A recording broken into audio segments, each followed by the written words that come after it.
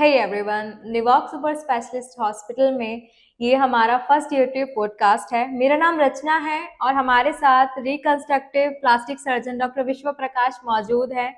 Sir, बहुत बहुत शुक्रिया हमारे साथ ज्वाइन होने के लिए हमारे फर्स्ट यूट्यूब पॉडकास्ट में।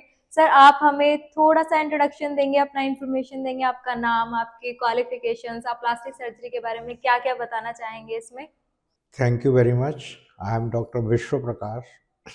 I have done MBBS from Aligarh Muslim University and MCH from PGI Chandigarh. MCH is postdoctoral course. It means I have done postdoctoral course in plastic surgery in 1990. And since 1990, I am in this field of plastic surgery till now. Okay sir, बहुत लोग plastic surgery को cosmetic surgery समझते हैं, तो आप क्या बोलना चाहेंगे इस बारे में? कॉस्मेटिक सर्जरी एक प्लास्टिक सर्जरी की सब ब्रांच है। प्लास्टिक सर्जरी की कई ब्रांचेज होती हैं, like cosmetic surgery, maxillofacial surgery, hand surgery, peripheral nerve injury and paralytic surgery, female genital reconstruction, mail genital reconstruction. So out of all these sub branches, cosmetic surgery is one branch of plastic surgery.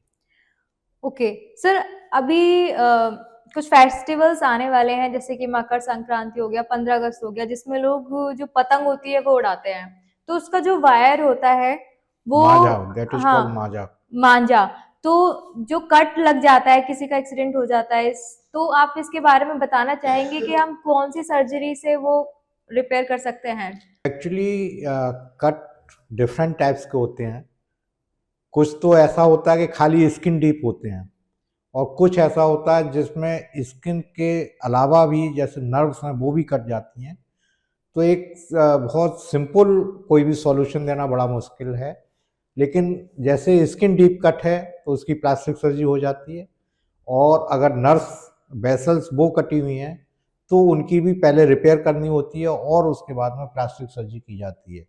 मैं तो यही कहना चाहूँगा कि इन चीज़ों से, माजा वगैरह से दूर रहा जाए, बचा जाए, वो ज़्यादा अच्छा है रादर देन कि बाद में प्लास्टिक सर्जरी कराई जाए।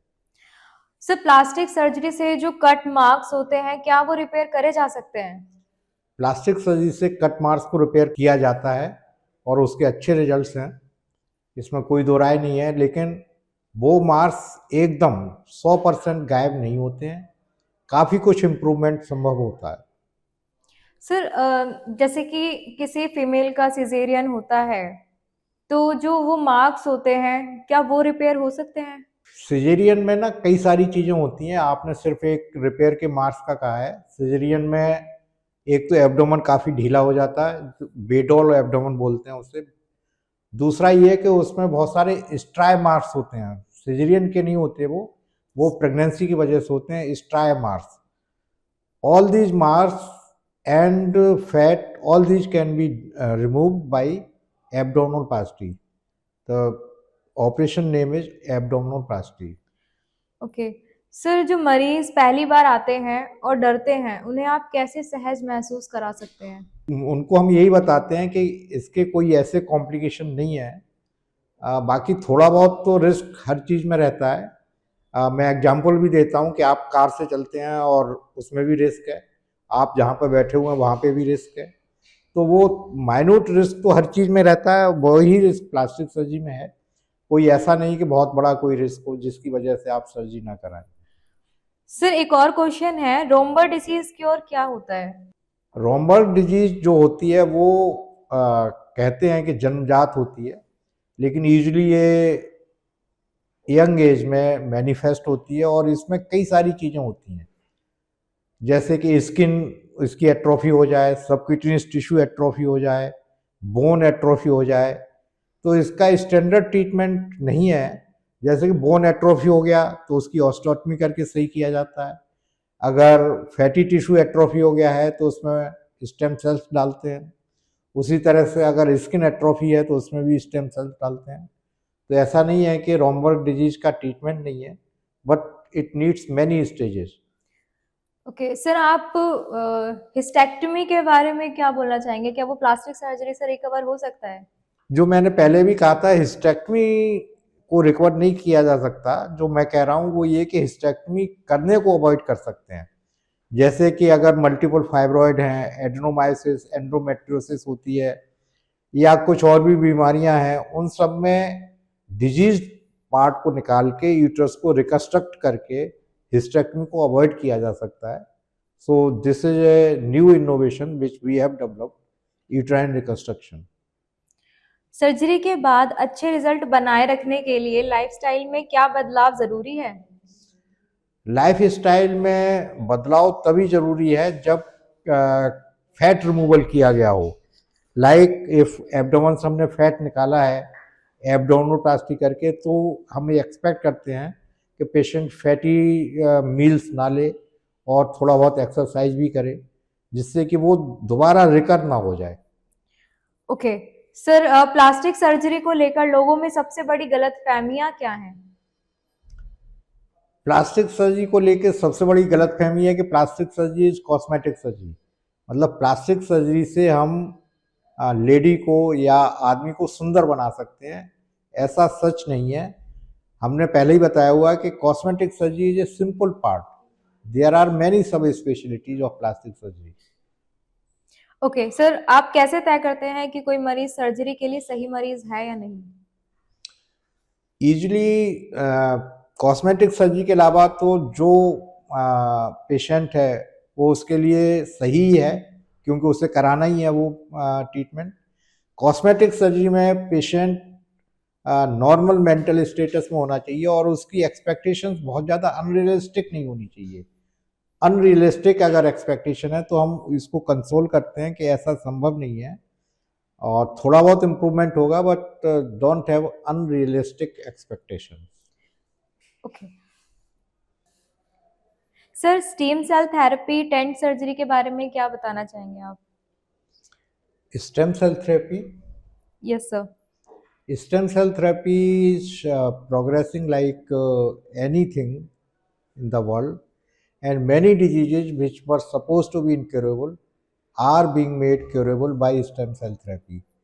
This therapy can be done for osteoarthritis, all type of osteoarthritis, kidney problem, liver problem, heart problem, and any disease which you think is incurable can be cured or can be given a try of stem cell therapy. It should be given a try, and most probably you will be successful. Okay sir, जैसे mostly ITs में जो लोग system के सामने काम करते हैं, तो आप उनके बारे में कुछ बताना चाहेंगे? मतलब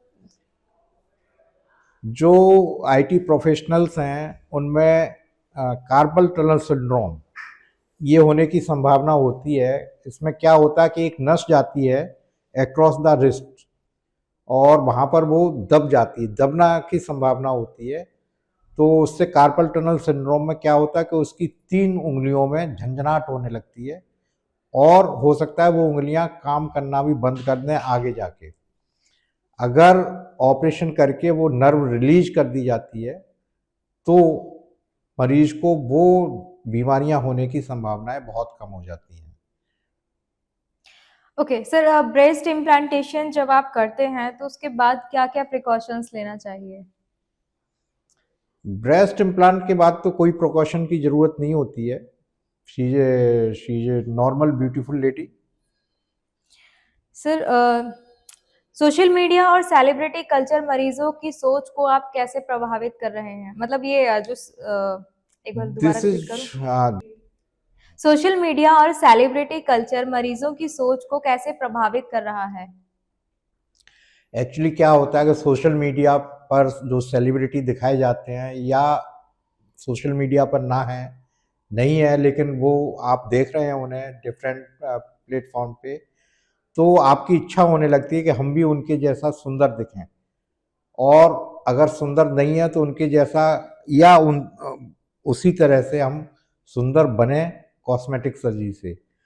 तो अगर आदमी अफोर्ड कर सकता है, अगर उसके पास पैसा है, तो वो सुंदरता की तरफ जाता है और इस तरह से उसकी सोच जो है इफेक्ट होती है सेलिब्रिटी से.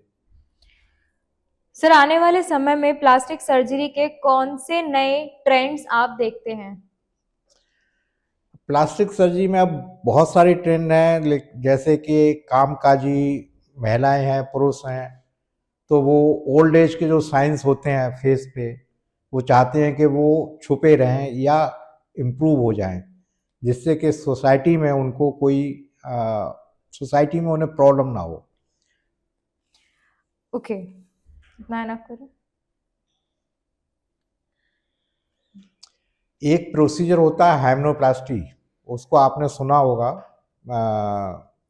इस प्रोसीजर को मैंने डिस्क्राइब किया and it is published as a research paper. Hymenoplasty क्या होता है कि जैसे किसी फीमेल ने मैरिज से पहले सेक्स किया हुआ है, तो जो हाइमन होता है that is ruptured and this hymen can be repaired, can be reconstructed by plastic surgery. आप सोचिए, I have seen many females coming in depressed state, sir ऐसा हो गया है, तो I console them, calm them and then say कि this procedure is possible and this procedure is on net and we have developed it, so you can go under hymenoplasty and you can be re-virgin again. So there are many such type of the procedures which are really useful. They are not just a procedure, they are useful for many females world over. Okay, so plastic surgeon चुनते समय मरीजों को किन safety बातों का ध्यान रखना चाहिए? क्योंकि प्लास्टिक सर्जरी डेवलप हो रही है, तो ऐसा भी हो रहा है कि जो लोग प्लास्टिक सर्जन नहीं हैं वो भी प्लास्टिक सर्जरी अटेम्प्ट करते हैं। पेशेंट को ये ध्यान रखना चाहिए कि plastic surgeon should be MCH और DNB in plastic surgery. If he is not qualified, then perhaps one should be careful to get plastic surgery from a person who is not a qualified plastic surgeon. Sir plastic surgery के बाद जो क्या बोलते हैं उसको sir, एक question है, जो प्लास्टिक सर्जरी से जो फेस में कुछ चेंजेस आते हैं, लोग खुद अपने अकॉर्डिंग करवा लेते हैं, तो उसमें कितना % वो चेंज हो सकता है या फिर वो पूरा 100% ही चेंज हो जाएगा? आपके क्वेश्चन को मैं इम्प्रूव करता हूँ। आप ये कहना चाह रहे हैं, ये पूछना चाह रहे हैं कि आप प्लास्टिक सर्जरी से हम किसी दूसरे सेलिब्रिटी की तरह लग सकते हैं? Correct sir. ऐसा संभव नहीं है।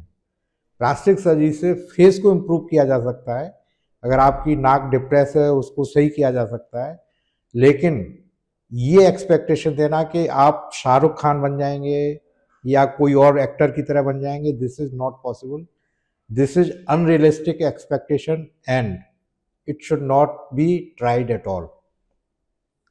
ओके,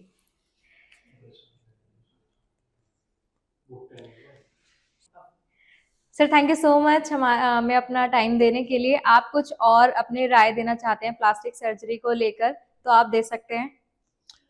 मैं तो यही कहना चाहूँगा कि किसी को भी बहुत डिप्रेस फील नहीं करना चाहिए। Anything and everything is possible by plastic surgery, whether it is the face, whether it is abdomen, whether it is genitals, and all these things can be done, being done, and patient should take the advantage of this situation. Thank you so much everyone. Nivok super specialist hospital में ये हमारा first YouTube podcast है और इसको आपने देखा, इतना time spend करा हमारे पॉडकास्ट को देखने के लिए। हमारे doctor Vishwa Prakash plastic surgeon every Sunday and Monday 10 to 1 PM बैठते हैं। इनकी कंसल्टेशन फीस 399 है। यदि आपको उनकी कंसल्टेशन देखनी है, मतलब करवानी है या दिखाना है डॉक्टर को, तो आप ज़रूर हमें कांटेक्ट कर सकते हैं। हमारा कांटेक्ट नंबर है 7830300210। आप एनी टाइम 24/7 कभी भी कांटेक्ट कर सकते हैं। Thank you so much sir हमें अपना टाइम देने के लिए। Okay, thank you.